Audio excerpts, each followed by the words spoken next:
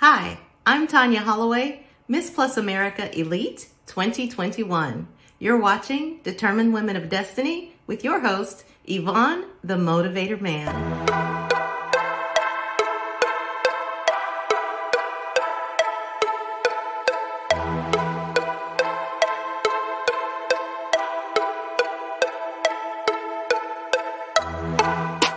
Hey, good people. Welcome to Determined Women of Destiny. I am your host, Yvonne, the Motivator Man.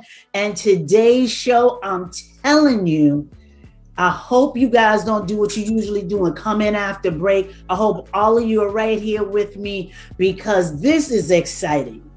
Every year, there's a Cannes Film Festival. And a lot of us, I said us because I'm with you too, may not know what that actually is. And then after doing some research, and the two people that are going to be on my show today will let me know if I'm wrong, but they have like a African American segment, just for us Black folks to show what we do as filmmakers, producers, and directors. So I am so blessed, proud, and honored to have Robin Williams and Amber Monet with me today. They are the director and producer of the legendary Marion Williams documentary. Welcome both of you to the show. Thank you. Thank you for having me. Thank you so much. Yes, thank you. So please tell my listeners exactly what this film festival really is. I can't even get it out. Film festival. That's it. Give that to Amber. Amber, she's the main one on that. Okay, Amber. Yeah. So in Cannes, in France, there's a film festival. It's a really large festival. A lot of different countries are invited to, and they just present some of that country's work for that year, or informational documentaries, or really intense dramas, or narratives that really speak to a certain crowd, or bring some about change. I believe Spike Lee is right now over the voting board at the Cannes Film Festival. It's a really good. So if you're familiar with Sundance or Tribeca, it's the France version of that. Okay. And that is like the place where filmmakers go to really get their work recognized. Am I correct? Yes. Yeah. And also, if they have an idea that they want to pitch to producers, that's also a really good place for filmmakers to go and present those ideas as well for possible pickups. So Amber, tell me, how did you come to be a filmmaker? That is a really good question, because by design, I'm actually a dancer. I grew up dancing in church. I danced since I was 3. I did a lot of praise dance. I went to school for dance. And one day I had a friend at college that took me into the media room during one of our breaks. And I walked in and I said, "This is a major? Wait. So you learned how to use all this equipment, lights, camera, action." I went to Temple University. And I said, "This is amazing." I just felt at home.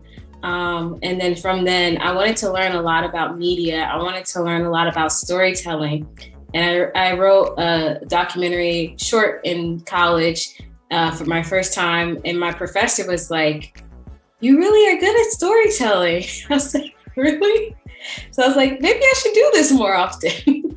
And then it's been a blessing since then. I've just been trying to grow, learn. I'm still a baby in the lamb. And this is my first full-length documentary that I've done. So that's awesome. And and now I do both film and dance. So, well, congratulations on your first full documentary. And I'm just blown away how you went from dancing to making, films. Wow. Well, they're actually more similar than you think, because dance is about rhythm, beats, and nuances. Okay. So editing is the same way. You have to keep the rhythm. You have to make sure people are engaged. Mm-hmm. It's very similar. It's like music and dance. They kind of like work together. Oh, that's fascinating. And Mr. Williams, Yes, ma'am. how did you become involved in filmmaking? You know, we know that the documentary is about your mom, Right. but Well- you were doing this before you decided to do the documentary. Am I correct? No, basically, Oh, I am a musician full time. mhm. Now I'm retired somewhat. I used to travel with my mother all over the world. This idea of doing this documentary of my mother, I'm an only child, so I wanted to do something so that people could remember her, and I had this idea, and me and Amber, that's how me and Amber met, because my wife had a play, and theatrical play, and we got her to do the dance, and she was doing the performance, and we started talking, and then she let me know that she does filming, so that's how it started. But Okay. I'm not a filmmaker, or I'm mostly a musician. I write music, I produce music, and that's my background. Like I said, I was traveling, playing drums with my mother, and she wasn't the only one. It was some other gospel singers that I would travel overseas with, play locally with, and here in Philly. So for a while, that was my passion. Still is. Don't play as much. I get phone calls to play at churches and things like that sometimes. So. Okay.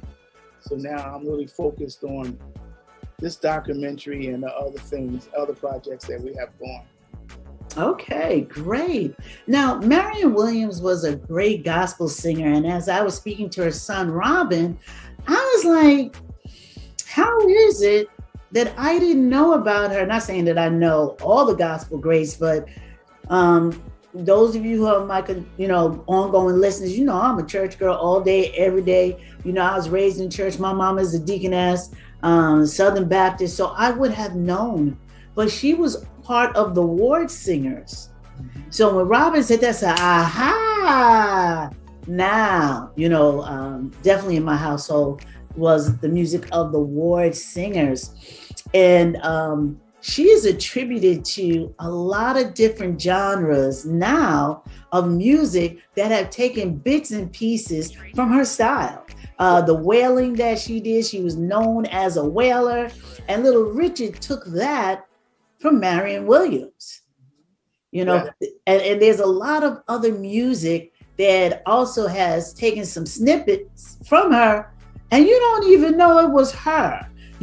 So I'm really glad that the documentary will just show her life and show her music and show her career. Yes. So if you can, both of you, please tell us a little bit about this film and, what we're going to look forward to. I guess I'll take this one. Yeah. Well, you're going to see a story that we actually have her telling. There was an interview that she had did for a radio station. So we took that interview and made it into, her telling her story from the time she was 9 years old and she had to leave school to take care of her mother, but she had got 2 legs amputated and everything for diabetes, to actually going to Philadelphia to see her sister and meeting the ward singers. And the ward singers wanted Clara Ward and Willow Ward, her mother, not Willow Ward, Gertrude Ward, her mother. They wanted to sign her right there and then, but she had to go back and talk to her mom and everything. From there, 11 years of being with them, traveling on the road. 1958, she had me, and there were some things going on with the ward singers, a group, so they broke up. And then she formed her own group called the Stars of Faith. which consists of some of the people from the award singers, Frances Stedman, Kitty Parham, I'm going to say Henrietta Waddy. That's what I call it. I call it Grandma Waddy. That's why I get that name mixed up. But so she formed a group, and then from there, they were traveling. And then from a Christmas album that she recorded, a gentleman talked to Langston Hughes about making a theatrical play called Black Nativity. That was the first all-Black theatrical play that traveled all over the world on Broadway. And she was one of the headliners with Alex Bradford. And then from there, went to a solo career, and that's where a lot of things changed. She started doing a lot of folk festivals, colleges, things like that, and then started traveling overseas a lot. So, and then to the time from her timely death in 1994, we talk about that. And so I'm here to make the history of her go on. And, behind other gospel singers like Mahalia Jackson, they were friends, Aretha Franklin and all of them. My mother, matter of fact, Mahalia Jackson was my godmother. A lot of people don't know that, but she was my godmother. And so she was always kind of like the second person behind Mahalia Jackson and other people, So, but once she got her notoriety with the Kennedy honors and the MacArthur Foundation and the Philadelphia Alliance Walk of Fame, she got her just dues. Okay, great. Now, I don't want to, but I have to go to break. I got to pay them bills. Them sponsors want to be heard. But when we come back from break, Amber, I want you to tell us some of the ups and downs and struggles that the two of you went through. Because anytime you're trying to do something and God is involved, there's always that force that's trying to keep you from going forward. So we'll be right back after break. And you guys make sure you come back too. This is entertaining. It's entertaining. Marguerite Bynum here, CEO of Supreme Manage. We are your strategic marketing and small business consulting firm. As a small business consulting firm, we provide owners with resources, advice, and planning designed to improve your organization's performance and efficiency. We assist businesses by identifying problems, implementing solutions, and reaching your goals. If that sounds like something you need, feel free to contact us at Supreme Manage on Instagram, and we will get back to you right away. See you then. Hey, good people, and welcome back to Determined Women of Destiny. If you just tuned in, like I always say, shame on you. Where were you? All the good stuff happens in the beginning, but you also know I love you for being here with me. Today, I have Robin Williams and Amber Monet. The two of them came together and directed and produced a documentary on the life of Marion Williams. She was a great gospel singer who has impacted a lot of genres that you may not know about.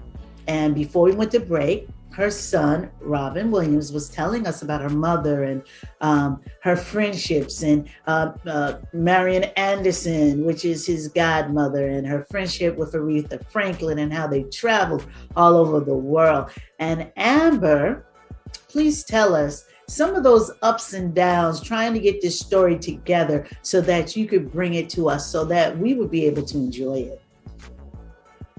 Yeah, that's a good question. So with any filmmaking process and that starting out or has a low budget, you have a lot of hoops that you have to go through to get your product out there and get it to a level that is presentable. Because, a lot of the films we see online or on Netflix or Hulu, some of them are small budget films, but most of them have $1 million or more budget.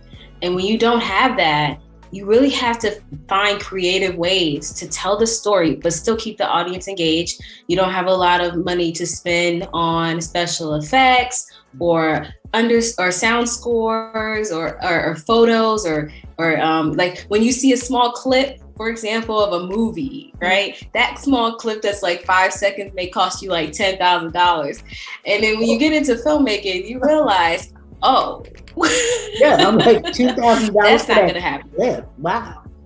No, I don't have that. We don't have that budget. So you have to find ways, and it's hard because you're kind of in a catch-22. You want to present good work, but then you have limited funding, and that's a lot of issues a lot of people of color in this industry have. And there's great organizations like African American Women in Cinema and the Pavilion Afriques who give filmmakers a chance because there's so many great storytellers better than us, you know, who are just really good at telling stories, but they don't have the funding for it. And we're hoping that is changed. And with Marion, you know, we're dealing with a subject that's no longer here. And that brings about a whole nother layer of challenges because I can't go and interview her. Right. I can't ask her to send me some more photos or take a picture. Right. We have to find so many archives. Thank you, Mr. Robin. He was searching in his garage and in storage, like finding just pictures we can use that weren't licensed to someone else. Cause you know, people love to take license of things, even if it doesn't really belong to them. It's another story, but use enough footage to still give people an idea, a glimpse of who she was. And thank God we had some clips of her performing because it really helps the audience feel like they're in the audience watching her on stage. 1954, 1963.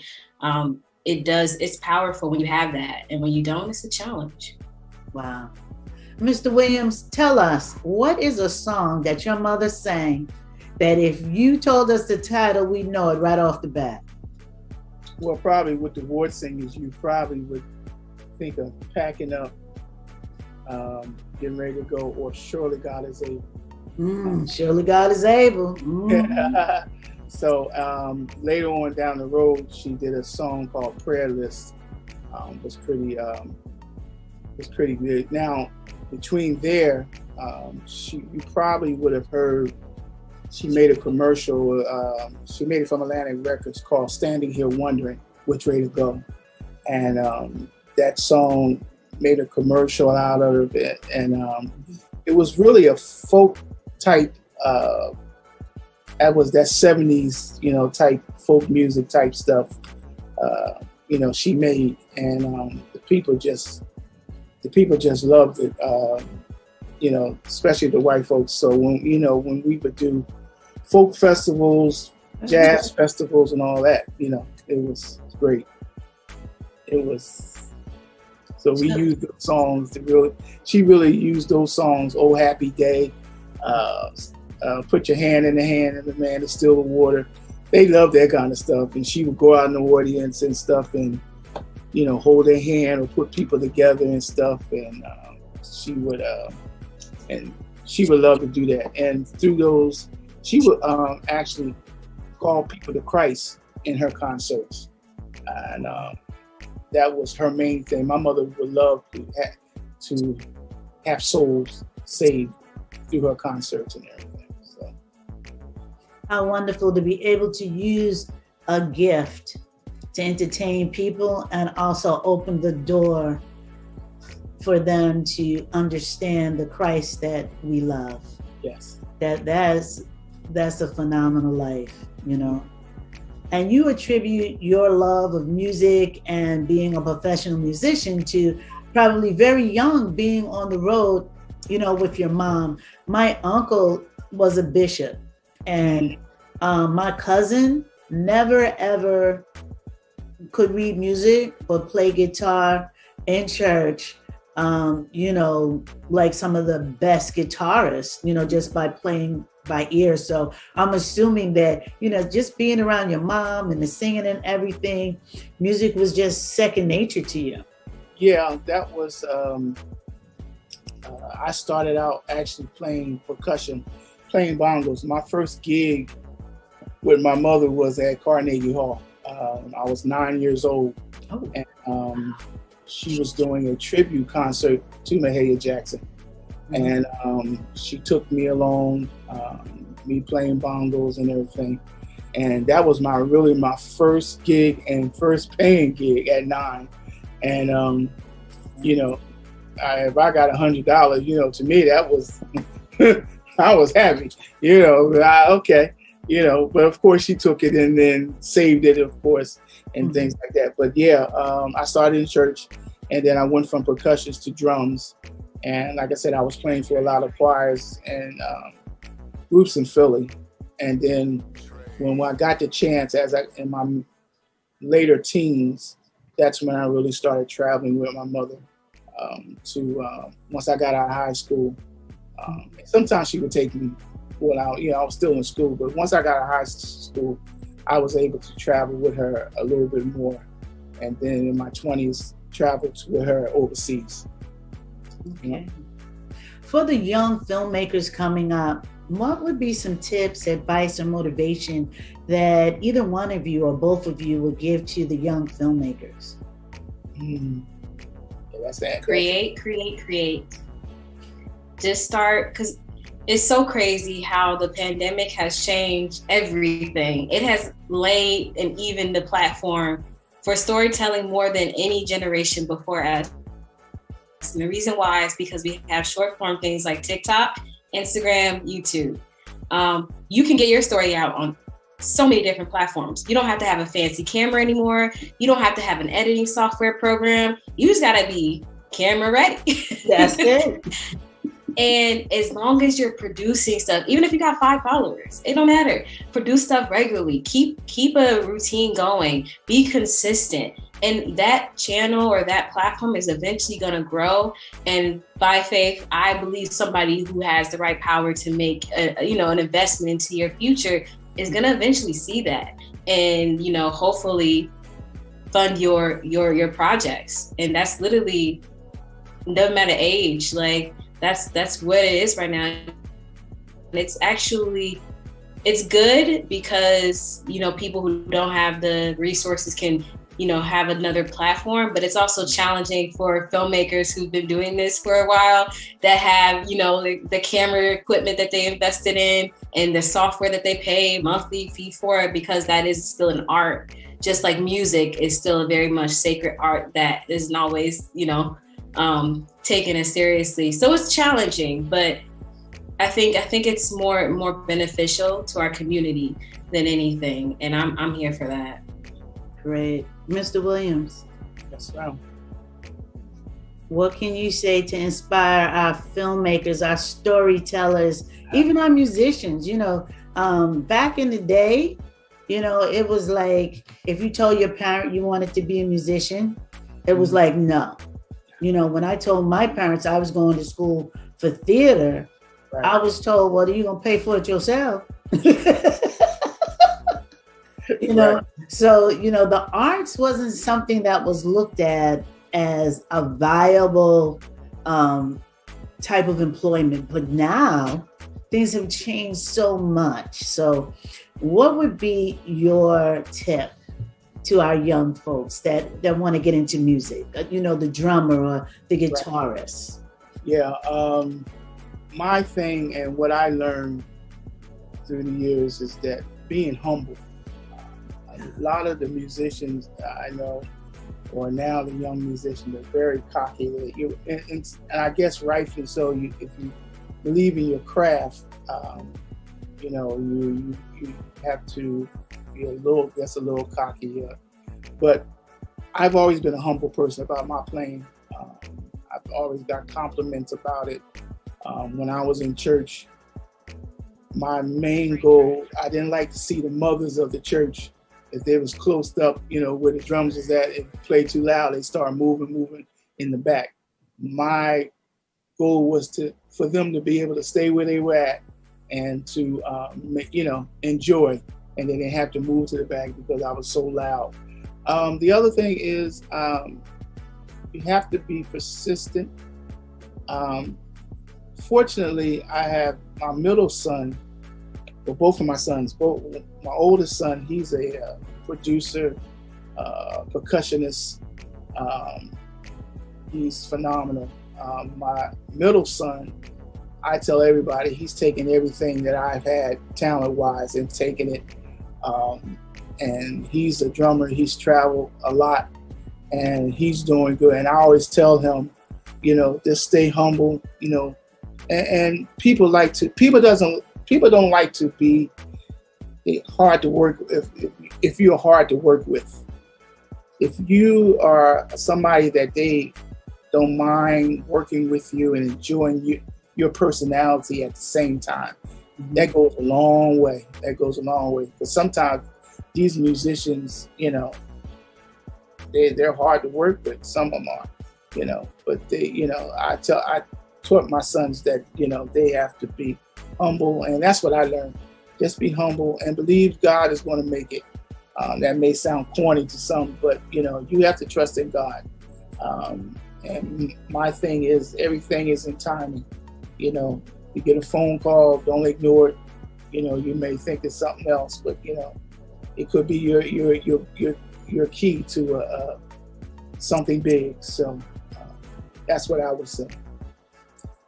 I want to thank you both for coming to the show and just giving us some insight about the Cannes Film Festival and about the legendary Marion Williams. How can we see this documentary?